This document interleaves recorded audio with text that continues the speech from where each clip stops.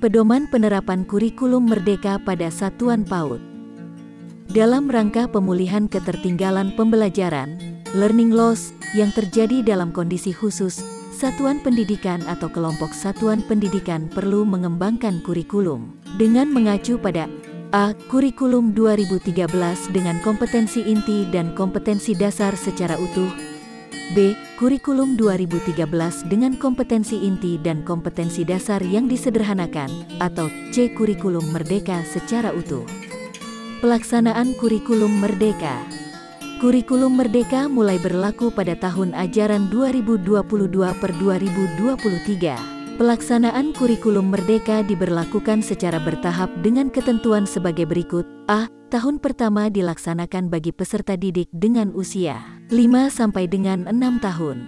B. Tahun kedua dilaksanakan bagi peserta didik dengan usia 4 sampai dengan 6 tahun.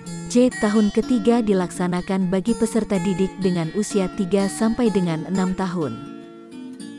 Struktur kurikulum merdeka.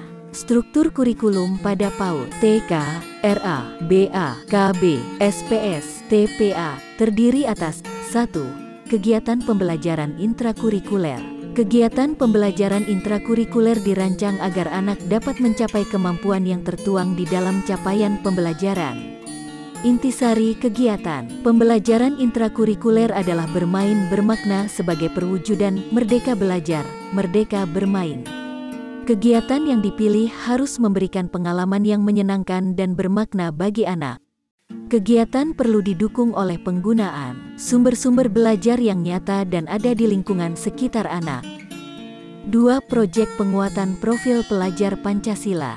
Proyek penguatan profil pelajar Pancasila bertujuan untuk memperkuat upaya pencapaian profil pelajar Pancasila yang mengacu pada standar kompetensi lulusan, standar tingkat pencapaian perkembangan anak untuk PAUD. Penguatan profil pelajar Pancasila di PAUD dilakukan dalam konteks perayaan tradisi lokal, hari besar nasional, dan internasional. Alokasi waktu pembelajaran. Alokasi waktu pembelajaran di PAUD. 1. Usia 4-6 tahun paling sedikit 900 menit per minggu. 2. Usia 3-4 tahun paling sedikit 360 menit per minggu. Capaian pembelajaran. Capaian pembelajaran, CP, merupakan kompetensi pembelajaran yang harus dicapai peserta didik pada setiap fase, dimulai dari fase fondasi pada PAUD. 3 elemen utama yang dikembangkan. 1. Nilai agama dan budi pekerti. 2. Jati diri. Dan 3. Dasar-dasar literasi dan sains, teknologi, rekayasa, seni, dan matematika. 1. Nilai agama dan budi pekerti. Anak mengenali dan mempraktikkan nilai dan kewajiban ajaran agamanya. Anak mengamalkan nilai-nilai dan ajaran agamanya dalam interaksi dengan sesama dan alam, tumbuhan, hewan, lingkungan hidup. Anak mengenal keberagaman dan menunjukkan sikap menghargai agama dan kepercayaan orang lain. 2. Jati diri. Anak memiliki sikap positif dan berpartisipasi aktif dalam menjaga kebersihan, kesehatan, nutrisi dan olahraga, dan keselamatan diri. Anak dapat mengenali, mengelola, mengekspresikan emosi diri serta membangun hubungan sosial secara sehat. Anak menunjukkan perasaan bangga terhadap identitas keluarganya, latar belakang budayanya, dan jati dirinya sebagai anak Indonesia yang berlandaskan Pancasila. 3. Dasar-dasar literasi dan sains, teknologi, rekayasa, seni dan matematika. Anak menunjukkan kemampuan mengenali dan memahami berbagai informasi seperti gambar, tanda, simbol, dan cerita. Anak mampu mengomunikasikan pikiran dan perasaan secara lisan, tulisan, atau menggunakan berbagai media serta membangun percakapan. Anak menunjukkan minat dan berpartisipasi dalam kegiatan pramembaca. Anak menunjukkan rasa ingin tahu melalui observasi, eksplorasi, dan eksperimen. Anak mengenal, mengembangkan sikap peduli dan tanggung jawab dalam pemeliharaan alam, lingkungan fisik, dan sosial. Anak menunjukkan kemampuan awal menggunakan dan merancang teknologi secara aman dan bertanggung jawab. Anak menunjukkan kemampuan dasar berpikir kritis, kreatif, dan kolaboratif. Anak dapat mengenali dan melihat hubungan antar pola, simbol dan data serta dapat menggunakannya untuk memecahkan masalah di dalam kehidupan sehari-hari. Anak mengeksplorasi berbagai proses seni, mengekspresikannya serta mengapresiasi karya seni. Prinsip pembelajaran. Pembelajaran merupakan proses interaksi peserta didik dengan pendidik dan sumber belajar pada suatu lingkungan belajar. Prinsip pembelajaran sebagai berikut. A. Pembelajaran dirancang dengan mempertimbangkan tahap perkembangan dan tingkat pencapaian peserta didik saat ini, sesuai dengan kebutuhan belajar, serta mencerminkan karakteristik dan perkembangan peserta didik yang beragam sehingga pembelajaran menjadi bermakna dan menyenangkan. B. Pembelajaran dirancang dan dilaksanakan untuk membangun kapasitas untuk menjadi pembelajar sepanjang hayat. C. Proses pembelajaran mendukung perkembangan kompetensi dan karakter peserta didik secara holistik. D. Pembelajaran yang relevan, yaitu pembelajaran yang dirancang sesuai konteks, lingkungan, dan budaya peserta didik, serta melibatkan orang tua dan komunitas sebagai mitra. Dan E. Pembelajaran berorientasi pada masa depan yang berkelanjutan. Prinsip asesmen. Asesmen atau penilaian merupakan proses pengumpulan dan pengolahan informasi untuk mengukur pencapaian hasil belajar peserta didik. Prinsip asesmen sebagai berikut. A. Asesmen merupakan bagian terpadu dari proses pembelajaran, fasilitasi pembelajaran, dan penyediaan informasi yang holistik sebagai umpan balik untuk pendidik, peserta didik, dan orang tua, wali agar dapat memandu mereka dalam menentukan strategi pembelajaran selanjutnya. B. Asesmen dirancang dan dilakukan sesuai dengan fungsi asesmen tersebut, dengan keleluasaan untuk menentukan teknik dan waktu pelaksanaan asesmen agar efektif mencapai tujuan pembelajaran. C. Asesmen dirancang secara adil, proporsional, valid, dan dapat dipercaya, reliable, untuk menjelaskan kemajuan belajar, menentukan keputusan tentang langkah dan sebagai dasar untuk menyusun program pembelajaran yang sesuai selanjutnya. D. Laporan kemajuan belajar dan pencapaian peserta didik bersifat sederhana dan informatif, memberikan informasi yang bermanfaat tentang karakter dan kompetensi yang dicapai, serta strategi tindak lanjut. Dan E. Hasil asesmen digunakan oleh peserta didik, pendidik, tenaga kependidikan, dan orang tua, wali, sebagai bahan refleksi untuk meningkatkan mutu pembelajaran. Perencanaan serta pelaksanaan pembelajaran dan asesmen.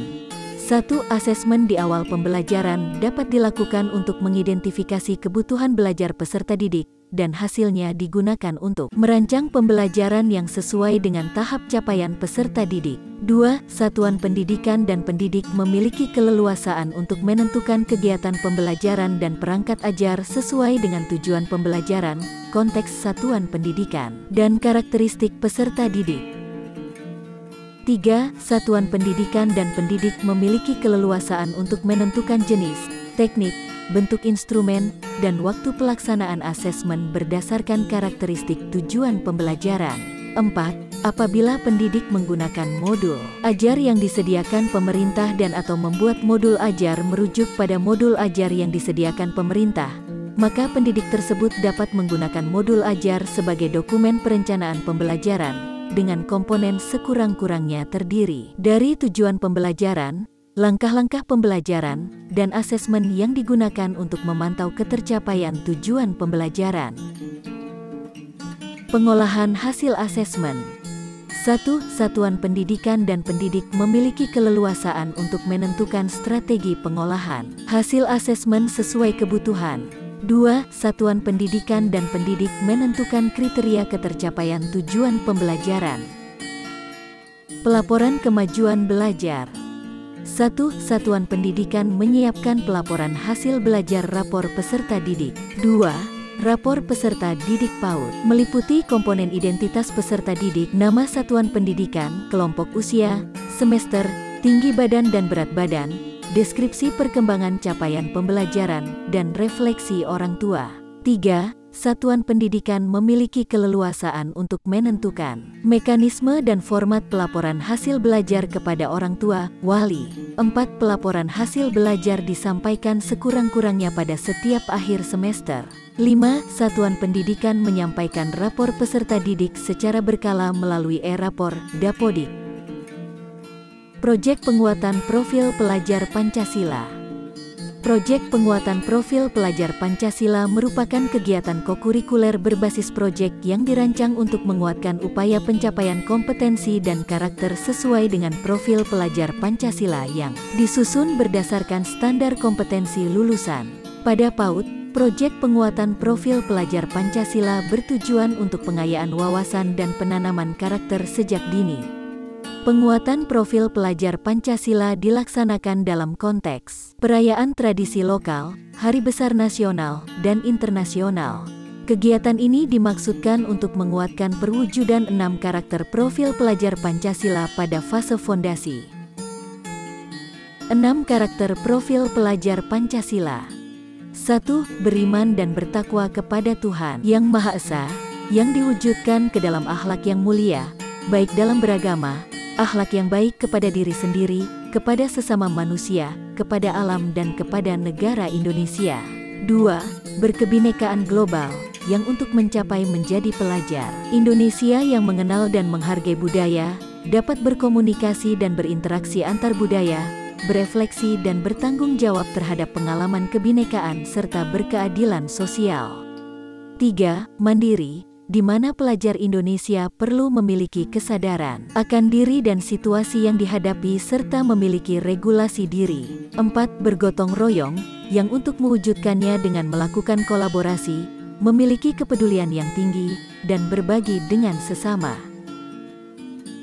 5.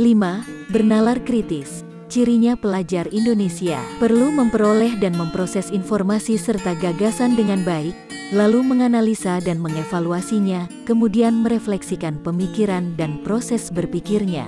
6. Kreatif adalah pelajar yang bisa menghasilkan gagasan, karya dan tindakan yang orisinil, memiliki keluasan berpikir dalam mencari alternatif solusi permasalahan. Tema utama proyek penguatan profil pelajar Pancasila. 1. Aku sayang bumi. Tema ini bertujuan untuk mengenalkan peserta didik pada isu lingkungan, eksplorasi dalam mencari solusi kreatif yang dapat dilakukan oleh peserta didik, serta memupuk kepedulian terhadap alam sebagai perwujudan rasa sayang terhadap ciptaan Tuhan Yang Maha Esa. 2. Aku cinta Indonesia. Tema ini bertujuan agar peserta didik mengenal identitas dan karakteristik negara, keberagaman budaya dan ciri khas lainnya tentang Indonesia sehingga mereka memahami identitas dirinya sebagai anak Indonesia, serta bangga menjadi anak Indonesia. 3. Bermain dan bekerja sama, kita semua bersaudara. Tema ini bertujuan untuk mengajak peserta didik untuk mampu berinteraksi dengan teman sebaya, menghargai perbedaan, mau berbagi, dan mampu bekerja sama.